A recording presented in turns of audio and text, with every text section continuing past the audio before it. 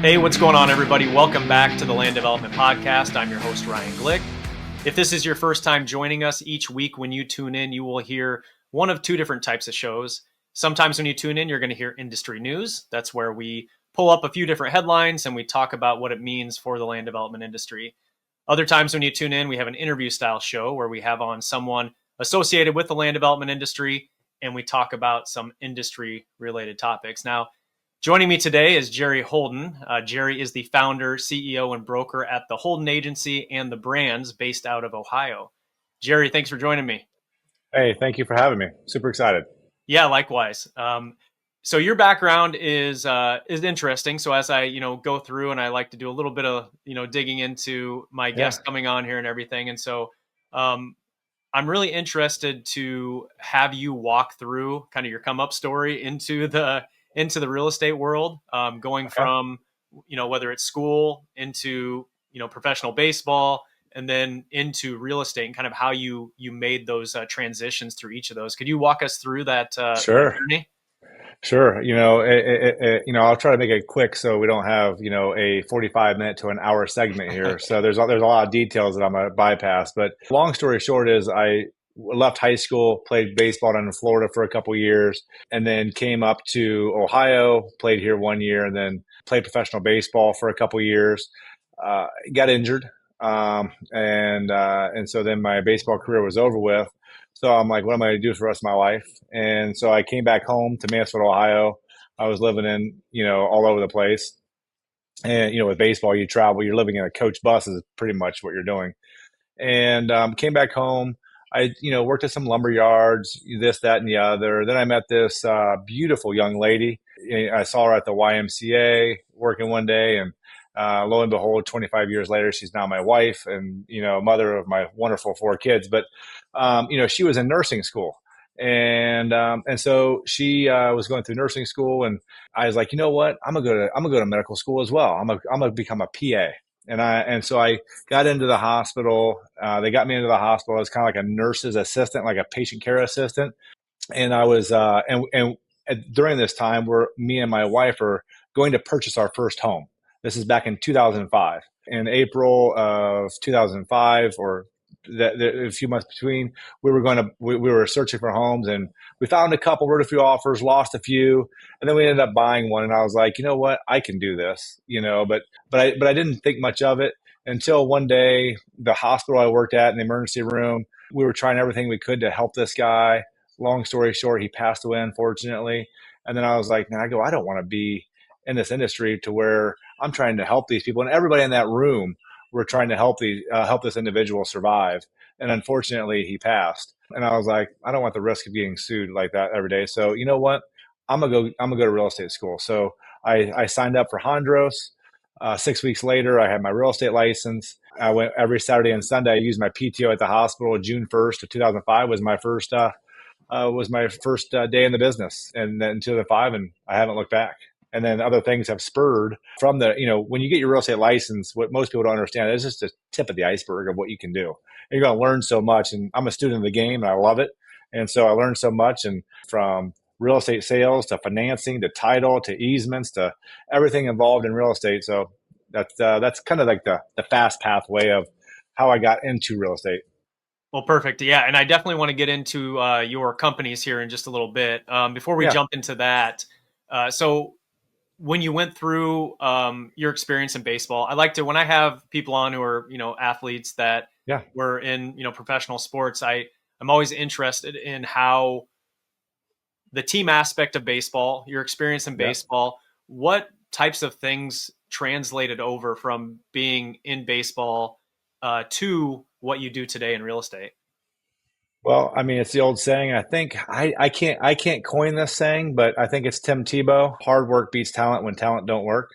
And so, I mean, I'm 6'2" somewhere around there, 200 pounds, and and I threw hard, but I didn't wake up one day and I just threw hard.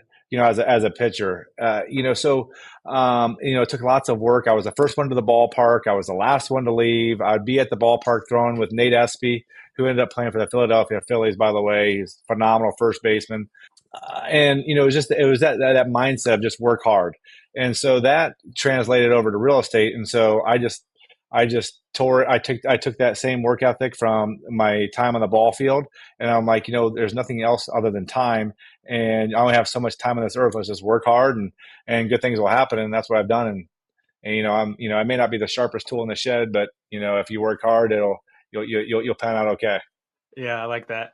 Um, what about so you before you ended up starting your company, there was a period of time I believe where you were maybe working for another agency during Yep. that period, and reading on your LinkedIn bio, you had a series, I think it was 9 straight years, where you were the number one top producing agent Yep. in was it North Central Ohio.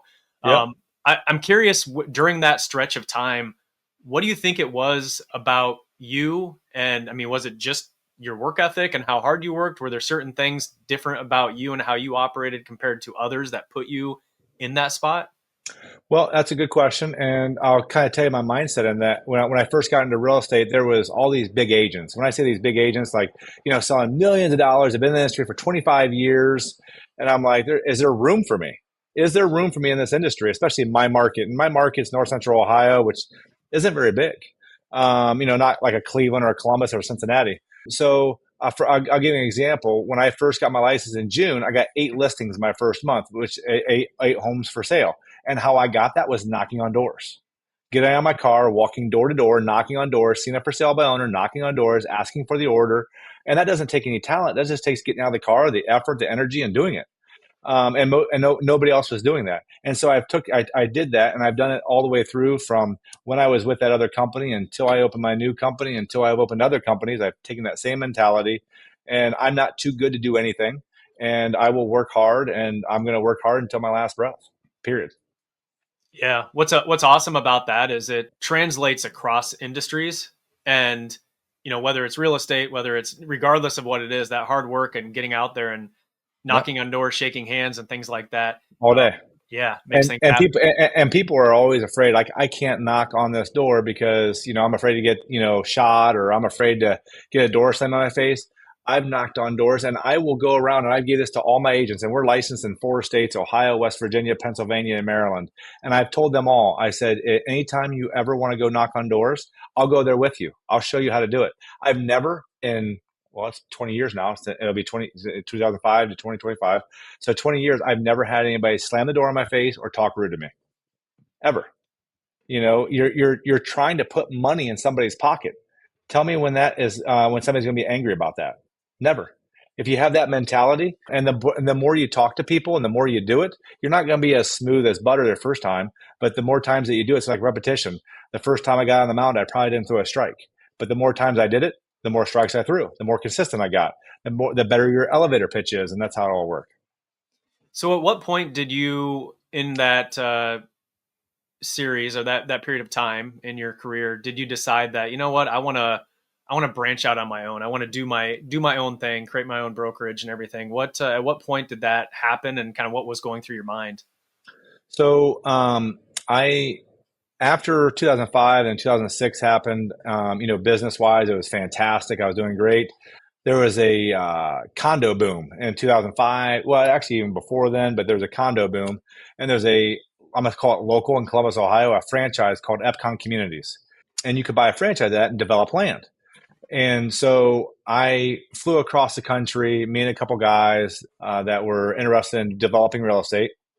And if you ever look at it, it's Ed Beckham and Philip Frankhauser are the two principals of that company. They're great guys, and they run an extremely good business, ranch style quad condominiums. They patented that thing, that model, and we paid the franchise fee, and we flew around the country. And in Mansfield, Ohio, of 150,000 people in the county, there was four of these developments.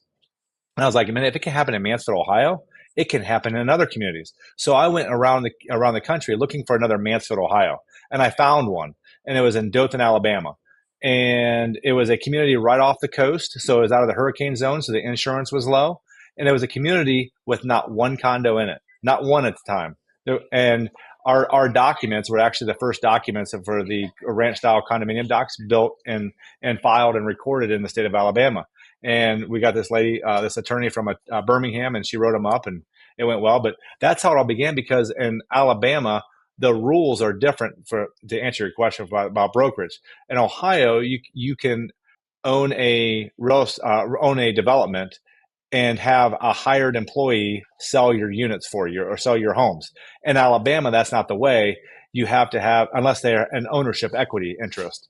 In Alabama, you have to have a real estate license to do that if you're doing a real estate development. So I got my broker's license in Alabama for Stone Creek Landing before I ended up getting my broker's license in Ohio. So that's how. So I'm like, well, if I'm going to do it in Ohio, if I'm going to do it in Alabama, and then I came back to Ohio, and then I was doing some real estate development with student housing, and I was still selling real estate. And then eventually in 2013, that's when I got my broker's license and started the Holden Agency. Gotcha. And at what point in there? So you talked about some of the development that you did. So initially, it was, I assume, helping sell homes and things of that nature. Then at a certain point, and maybe it was the Epcon Communities that you just talked about, that you go into the actual development part or phase of your career. Is that when that started, or did that start a little bit later after Epcon? No. So Epcon is where I didn't sell anything in Epcon. I was just developing. Okay. We hired a sales team. We hired a construction manager. Went through the entitlement process, and that's where my I'm gonna call it my education began, because that was my first real estate development, and understanding all the different stuff from rezoning it from R1 residential to a high density multifamily. That's not easy. And then going through that process, but getting no one to not cutting any corners and making sure. And I didn't have anybody come to city council and oppose it. Understanding, the engineering, value engineering, stormwater management, EPAs, all that stuff. Just grading, surface water management, all that stuff I learned on the job right there. And now, when you do that one time, yes, it's going to change from piece to piece, because every piece of real estate is its own easel, blank slate, but it's a repeatable process. And once you know it, no one can take it away from you. It's there. It's like education. It's there. Yeah. Did you have anybody when you were going through that who you leaned on to help you with it, or was it trial and error? It was trial and error. Okay. About 118 condos in 3 years. We borrowed the money from Compass Bank, and we got the commitment letter before the crash started, so that was beautiful.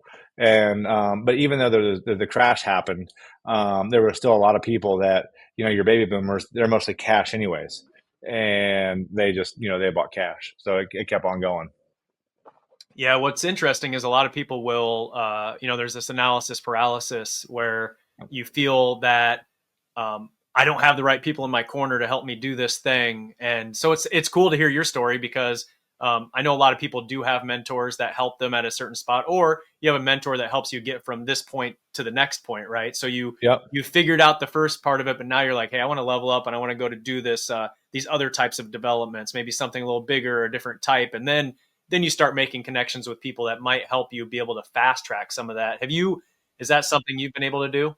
Well, I mean, like Epcon, I want to go back to Epcon. So Epcon, I would say, was the company, because they're there for you. They were there for you. So, I mean, there was people that when I was in the franchisee classes to make, because once you write the check to become the franchisee, you have to go through these classes and learn and stuff like that. And there's people that were pizza franchise owners that had no idea about real estate, but they wanted to get into real estate. Dentists that had no idea about real estate but wanted to get into it.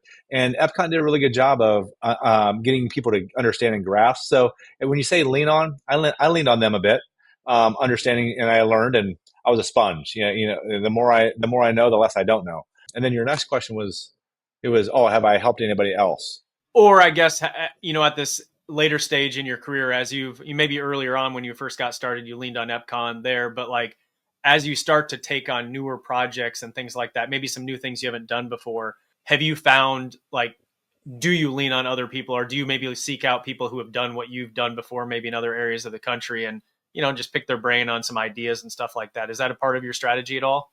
Oh, of course. I mean, one guy that I talked to, I actually got off your podcast, and I picked his brain, and he actually helped me with with one of the developments that I'm doing right now, to help me with a PUD and the presentation. That Randy Hall from Windy Hill Development. So, thank you for having on here. I ended up getting his phone number, called him, and now we're good friends and talk all the time. And I shoot things to him, and he's like, "Don't hesitate to reach out to me." So it's been a blast, and he's helped me, and I would imagine I'm gonna learn from him quite a bit more because he's a wealth of information. Yeah, that's awesome. Well, let's talk about your companies. So Okay. we have the Holden Agency, and then I know Yep. you also, it seems like maybe you have some other companies that are a part of the same brand or the same. Can you speak on Yeah. your companies and what you do, like what services you offer and everything? Yeah, for sure. So the Holden Agency is kind of like the mothership. That's what THA Brands holds is holding everything. It's kind of like where everything goes. But the Holden Agency is what I started in 2013. It's a real estate company where by far the largest real estate brokerage in North Central Ohio, in between Cleveland and Columbus. And we've had that since I think 2018. I started in 2013. 2018, I think we took the championship belt and just kept on growing and growing and growing. And then in 2018, also I started and that's all of Ohio. Then in 2018, we started THA Mortgage and THA Title. So it's the acronym for the Holden Agency. So it's pronounced the, but with an A, the Mortgage and the Title. That company's licensed in all the states as well.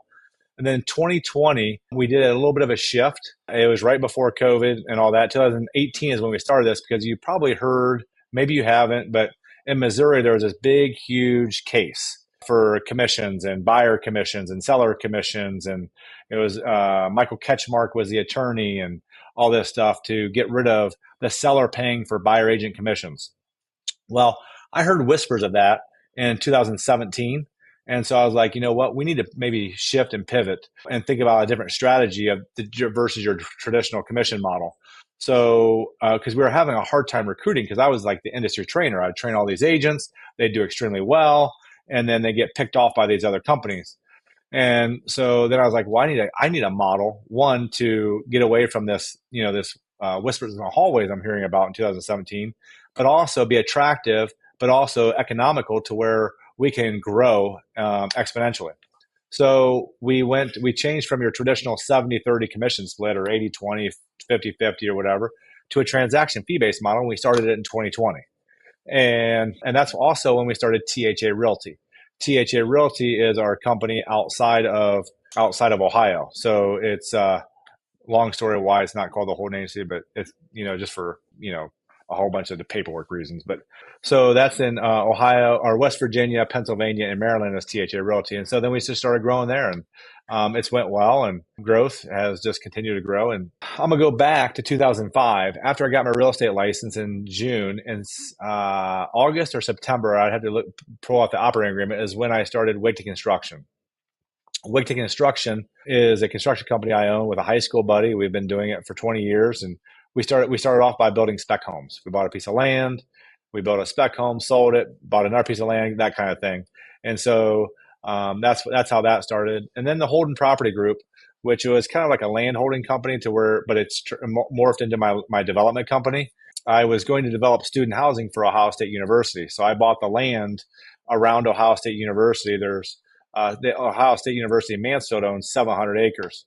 But universities back in the day, I'm talking about 2007, they didn't want to build housing. They wanted academic buildings.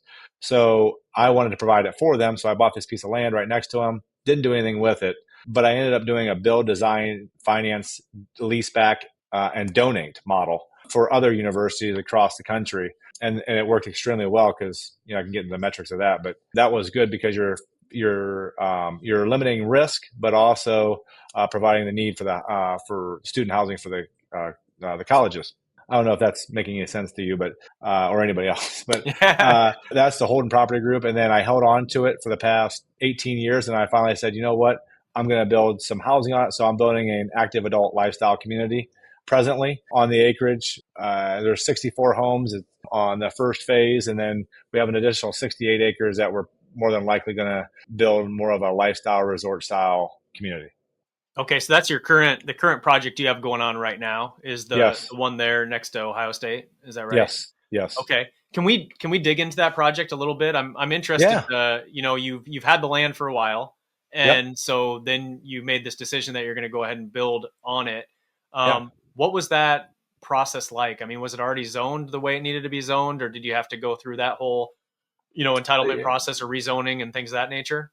Yeah, so I actually had a PUD on it when I was going to build the student housing. So I had the commitment letter from the bank back in the day, back in 2008. I had the commitment letter from the bank. I had the PUD zoning for the apartments because it was R3 and it was going to be private and everything. So I did that, and then I let everything expire. But then I had to go through the entitlement process again to get the PUD again for my zero lot line condos. So I had to go through that again. That was pretty easy though. The municipality that we have here locally, they're pro growth, so it was super easy. I didn't have any opposition, and we PUD'd it in a couple months, if that. It's ready to go, and the street just got put in, curbs, and so now we're just waiting on asphalt so we can sell. Nice. And how do you, when you went about, designing this and everything and working with the different groups you worked with, what type of research or what type of, questioning do you do of people who are prospective, people who live here, like to Yep. find out what they're looking for, right? Because things over time change, of course, people Yep. want certain amenities and then over time that changes. How did you go about trying to uncover what people were looking for? Listening. Listening. We have a lot of agents, and I'm in the industry in the real estate industry, and I was a part of a study that got released in 2023 of our local market that we are 5,000 homes short in our county, and I'm also a board member of the Richland County Land Bank. So I donate my time to understand what we're knocking down, but then also understanding from all the mayors and trustees throughout the townships of what the need is, and the study's free. It's right there. Everybody paid for it, meaning the municipalities did, and it's free information that I read, and I see what people want and need, and I see the sales. I see how many sales are, so I can do my own feasibility study, if you will, just because I have the luxury of having an MLS in front of me. Now, if you're not an MLS owner, you can still do that because it's all public data. So you can go to your Richland County or your county auditor sites, and you can pull sales, and you can pull specifics of demographics of areas, of square footages, of prices, of bedrooms, of baths. You can pull whatever you want, and that's free information. It's free to everybody. You don't have to be a licensed agent to do it. And a lot of times I use the auditor site more than I do the MLS because more stuff goes on the auditor site because everything goes on the auditor site. Not everything goes on the MLS, so you miss a lot of data. So I've learned this a long time ago. Numbers don't lie; people do. And so I study the numbers. Yeah, nice. Anything else about that project that you'd be interested in sharing, or is that kind of the gist You of it? know, well, I mean, it's a gist of it. I'm super excited about it. There's definitely a need for. We have a great location. It's right next to the hospital, shopping, dining, entertainment. It's a mile from that, all that. It's got a lot of natural features with nature trails. We're looking forward to the next phases to where a lot of amenities come out and play, and I think that's going to expedite growth because I saw that with Epcon itself. Epcon was a baby boomer develop. That was our target market, and and so that when you have those amenities, people come. I mean, look at Del Webb, the Cadillac of all active adult communities, in my opinion. I study them, I watch them. They do extremely well. They're a very good company, Pulte Group, and so yeah. This episode of the Land Development Podcast is brought to you by Groove. I know a lot of you are in land acquisition or you're regularly pulling parcel data as a part of your prospecting process. You might even be using a platform today that sort of gets the job done. But regardless, I'd encourage you to check out Groove. What makes Groove different? We've pulled everything into one map and we've focused on being more than just a map. Groove has a built-in CRM, and you can also attach documents, images, and notes directly to parcels and deals. Everything stays organized and it's all in one place. You can start your free trial today at letsgroove.com/signup. That's letsgroov.com/signup. All right, let's get back to the show. Shifting a little bit into the last segment here. So I have a segment called Lightning Round. So I've got 5 questions that Okay. I'm going to run by you based on your experiences and everything, and interested to get your thoughts. And so first one here is, what do you think the biggest challenges today facing the land development industry? And we can broaden that. We can say land development /housing industry. I mean, we're definitely uncertain right now. Yeah. When I talk to vendors and lumber yards, material suppliers, they don't know how long they can hold those prices. So of course, that's a very volatile area right this second. But taking that conversation out of it, because we can go in a rabbit hole for days with that. I would say the most difficult thing is the red tape and the entitlements, and getting people to understand what you're doing. A lot of the public, or sometimes people in general, just don't understand what you're trying to do and trying to accomplish, and they don't understand it, because real estate, to me and you, is pretty common language, but to everybody else it's kind of like the medical language. They're like, well, what's that mean, when you talk to a doctor? Well, the real estate has its own language as well. So that's the biggest thing, is educating the consumers, and then also the people you're trying to deal with, to show them what your project's all about, because majority of people aren't trying to do anything bad when they're doing a real estate project. It's just the education piece that they're lacking. Yeah. And I should note for those of you listening in, because it's relevant when I ask questions like that of when we're actually recording, because today is Thursday, April 3rd, when we're recording this. And so it'll release a week and a half after we actually record this. But the reason I say that is because we're just a day after some new tariffs were put into place and everything. So there is definitely some uncertainty there as we head forward. All right. Second question here is, what's your top piece of advice for someone just getting started in real estate? Hustle, work hard, work hard. I mean, that's about it. I mean, and be a student of the game, and understand financing. Most people get into real estate, whether you're becoming a sales agent or a land developer, they don't understand financing. And there's so many ways that you can finance a project. And understanding where your risk is at and where you're exposed is huge. Whether you're doing a full guarantee or a limited guarantee, whether you're pledging something, and mitigating your risk as much as possible. And I learned from a good friend of mine, who's a business partner of mine today, about the financing world. And that's very, very important. To kind of piggyback on that a little bit, so do you feel like I see a lot of agents or brokers who are in that world, and then some of them start to want to get into the development world a little bit. What do you think the biggest challenges for some of those individuals who try to make that leap from doing brokering to getting in and actually doing the land development?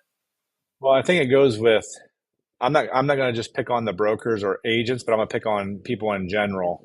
Yeah. A lot of people that have money think all of a sudden, since I have money, I can do development. And it's not that way. Like, if I'm going to, if I'm a wealthy individual and I make cars for a living, doesn't mean I know anything about real estate development. But so a lot of times that happens, and so that's a big mistake a lot of times. But I mean, when it's your money, you can do with what you want. So Yeah, yeah, that's fair. All right, next one here. When you're closing a deal, what's the first thing that you focus on? viability of the project, the need for the project. What's the market thirsty for? And then there's variables that go after that, but definitely, what's the need? Every market, I don't care where you're at, pretty much has a need for something, whether it's apartments, whether it's single family, whether it's doubles, whether it's 55 and older, whether it's trailer park, who knows. Every market is thirsty for something. Identifying what that is, what's going to be viable in that market, and that's, I guess, what I look at. Okay. All right, next one here. What's the biggest lesson you learned from your time as a professional athlete? Nothing's forever. Nothing is forever. That, I mean, there's multiple times, of course, I'd love to be back out in the field, and I can't throw anymore. I throw with my kids. It comes and it goes fast, just like everything. When you're in school and you're a 11th grader, you're watching that clock to hit 250, so you can get out of school. Well, before you know it, it's going to be 250, and I feel like I just got out of bed this morning, because time just flies. And so, my last day on the mound was, almost 30 years ago. And so that's a long time ago. And I'm 46 years old, and I'm like, oh man, but so yeah, nothing's forever, and enjoy it while you're there. All right, last one here. What motivates you to continue growing your business? I love it. I absolutely love it. I wake up in the morning every day and I can't wait. I cannot wait to go to work. So it's cheesy. I get it, but I want to know what's going on in the world of, I mean, I look at my top search in real estate every morning. I get up at between 4:30 and 5 every morning, Eastern Standard Time. I drink a cup of coffee. I drink 2 cups of coffee before I walk. I'm very regimented. And from 5 to 6, I read the news. And my first search is real estate development news. And I press enter. And I put it in Google and I press enter. And I look at all the different and I read them. What's went on, what went on, what kind of zoning problems did they have, city council, planning commission, water, sewer, whatever it may be, because I'm learning. And so that's me. Love it. Well, I guess with that said, what's the best way for people listening in to connect with you, learn more about your companies? And I know you also mentioned that you have a real estate podcast as well. I mean, you can plug that here as well if you want to share that with people. So I'm an infancy stage compared to you on podcast level, but so we do have a World Series of real estate. It's just for everything real estate. You never know where you're going to go, because in 2005 when I got my real estate license, never thought in a million years I'd own a mortgage company, a title company. Never thought I would develop student housing. Never thought I would develop condos. Never thought any of it. So it opens up a ton of doors just getting your real estate license. I just forgot that. You asked me the question. I know. I kind of stack the questions on top of each other, which is a good way to make it easy to forget. What's the best way for people to connect with you, and then also yes. your companies? Yes. So Jerry at thabrands.com is an easy way to email me. My number's real easy. It's public, 419-545-3912. Call me anytime. Ask me any question. I'd be more than happy to help anybody that's in their journey in any portion of the real estate world. It's one of the reasons I love this industry, is because it's one of the very few industries where people will give out their phone number. Doesn't happen. Yep. It doesn't happen in many industries. So I always love that when people give out their phone number. Well, I appreciate it. This was a great conversation. Learned a lot. I think before we close out here, do you have any final thoughts or anything you want to share with anybody that we maybe didn't touch on during the conversation? The other thing is surround yourself with a good team. I'd imagine that Randy Hall. I have not met Randy. I'm going to see him at the Texas game, by the way, because he's a big Longhorn fan I did not know about. And the Longhorns come up and play the Buckeyes. And here at the Ohio State University. So I'm gonna meet him then. But I bet he's got some good people around him helping him. It's not just him. So make sure you surround yourself with great people that have the same mission and vision that you do. Your company is a breathing, living organism, and you got to have people in the same that are in lockstep with you. So that's my best advice for anybody that's looking to go through this journey. Well said. All right. So all of you listening in, all the contact information and details that were shared here are going to be on the show notes page. So if you look down in the description, you'll see a link there to the show notes page, and that's where you'll find the details there to connect with Jerry. And also, if you're not already subscribed, click that button. Really appreciate you clicking it. And one final ask is that if you haven't left a rating and review, whether you're on Spotify or you're on Apple Podcasts has more of the rating and review. Spotify is more of just a rating, but if you take the time to do that, that always helps get our show in front of more people who are searching out land development content. So again, thanks for joining, and we will talk to you next week.